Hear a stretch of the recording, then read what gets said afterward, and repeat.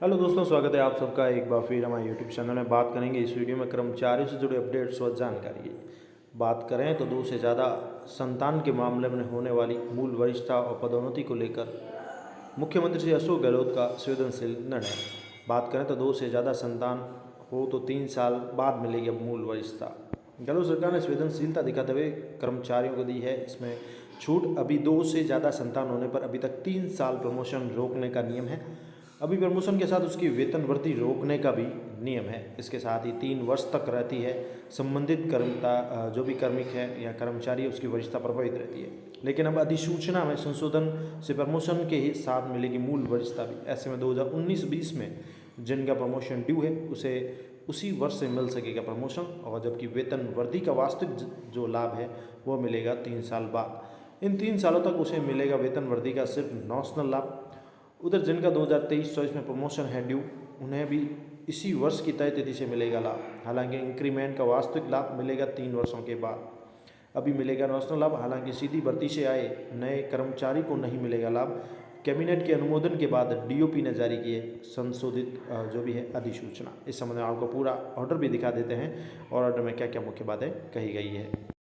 राज्य सरकार के कार्मिक विभाग के द्वारा 16 मार्च को ये ऑर्डर जारी किया गया है, जिसमें सेवा नियमों में जो है राजस्थान विभिन्न सेवा नियम 2023 नाम दिया गया है, संशोधन दिया गया है। इसमें बात कही गई है 2 से अधिक संतान वाले व्यक्ति की नियुक्ति के लिए निर्भरता से संबंधित विद्यमान परंतु के स्थान पर निम्नलिखित प्रतिस्थापित किया जाएगा। अर्थात परंतु जैसे कि नियम स्पष्टीकरण किया गया है कि 2 से अधिक संतान वाला अभ्यर्थी नियुक्ति के लिए तब तक निर्हित नहीं समझा जाएगा जब तक कि उसकी संतानों की उस संख्या में जो 1 जून 2002 को है बढ़ोतरी नहीं होती है।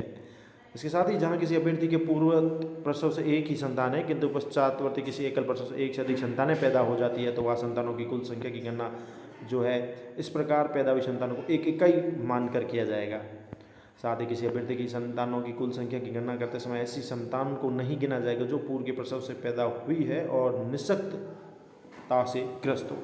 तो किसी भी अभ्यर्थी की संतानों की कुल संख्या की गणना करते समय ऐसी संतान को नहीं गिना जाएगा जो पूर्व के प्रसव से पैदा हुई हो और निःशक्त हो।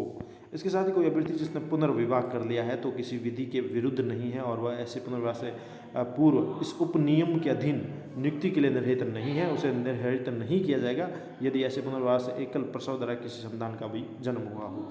इसके साथ ही इस उपनियम के उपबंध में किसी विधवा और विच्छिन्न विवाह महिलाओं की नियुक्ति पर लागू नहीं होंगे। इसके साथ ही इसमें बात कही गई है नियमों की, तो ऐसे किसी भी व्यक्ति की पदोन्नति पर उस तारीख से जिसको उसकी पदोन्नति दे हो जाती है 3 भर्ती वर्षों तक तो विचार नहीं किया जाएगा। यदि उसके जून 2002 को या उसके पश्चात 2 से अधिक संतानें हों के स्थान पर निम्नलिखित प्रतिस्थापित किया जाएगा। यानी पहले जो नियम था उसके स्थान पर नवीन नियम इस प्रकार से रखा गया है कि ऐसा व्यक्ति जिसकी पदोन्नति वर्ष 2019-20 तक विचार नहीं किया गया था क्योंकि उसके 1 जून 2002 को या उसके पश्चात 2 से अधिक संतानें थी कि पदोन्नति के लिए उस तारीख से ही जिसको उसको पदोन्नति दे हो गई थी विचार अब किया जाएगा और उसका वेतन ऐसी पदोन्नति पर उस वेतन पर जिसे वह आहरित करता या करती है पुनः नियत भी किया जाएगा, किंतु बकाया संदत नहीं किया जाएगा। यानी बकाया रूप से जो भी एरियर वगैरह है तो नहीं मिलेगा। यदि ऐसा कोई व्यक्ति जिसके 1 जून 2002 को या उसके पश्चात 2 से अधिक संतानें हो और उसकी पदोन्नति वर्ष 2020-21 में या उसके पश्चात दे हो जाती है कि पदोन्नति पर उस तारीख से जिसको उसकी पदोन्नति दे हो जाती है पर विचार किया जाएगा और उसका वेतन पदोन्नति संबंधी पद के लिए नियुक्त किया जाएगा, किंतु वह 3 पश्चातवर्ती वर्षों के लिए वार्षिक वेतन वृद्धि हेतु काल्पनिक रूप से हकदार होगा या होगी।